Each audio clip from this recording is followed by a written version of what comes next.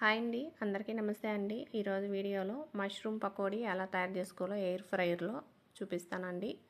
ఒక స్పూన్ ఆయిల్తో చేసుకోవచ్చు, రుచిగా తినొచ్చండి.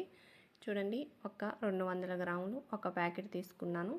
శుభ్రంగా మట్టి అంతా పోయే విధంగా 2-3 సార్లు బాగా కడిగేసుకొని వీటిని ఇలాగ ముక్కలు కట్ చేసుకోవాలండి. అన్నీ కట్ చేసుకొని ఒక బౌల్లోకి వేసుకొని, అలాగే ఈ పకోడీకి రుచికి తగినంత సాల్ట్ వేసుకొని, 1 స్పూన్ నిండా మైదా పిండి, 1 స్పూను కార్న్ఫ్లోరు, 1/2 స్పూన్ పసుపు, 1 స్పూన్ నిండా కారం, అలాగే ఒక సగం స్పూను గరం మసాలా పొడి, 1/2 స్పూను అల్లం వెల్లుల్లి పేస్ట్ వేసుకొని, 1 స్పూన్ ఆయిల్ కానీ వేసుకొని ఇప్పుడు ఇవన్నీ బాగా కలిసే విధంగా కలుపుకోవాలండి. అసలు వాటర్ ఏం అవసరం లేదండి, మష్రూమ్లోని వాటర్ ఉంటాయి కాబట్టి.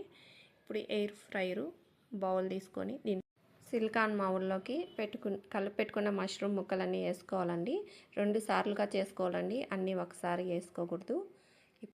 ఇప్పుడు 180 డిగ్రీస్లో 25 మినిట్స్ ఉడికించుకోవాలండి.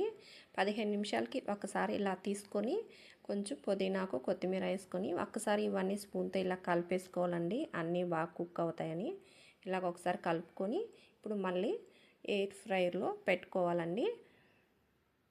25 మినిట్స్ అయితే అదే ఆగిపోతుంది, అప్పుడు మనం తీసుకోవటమేను. చూడండి, 25 మినిట్స్ అయిపోయింది.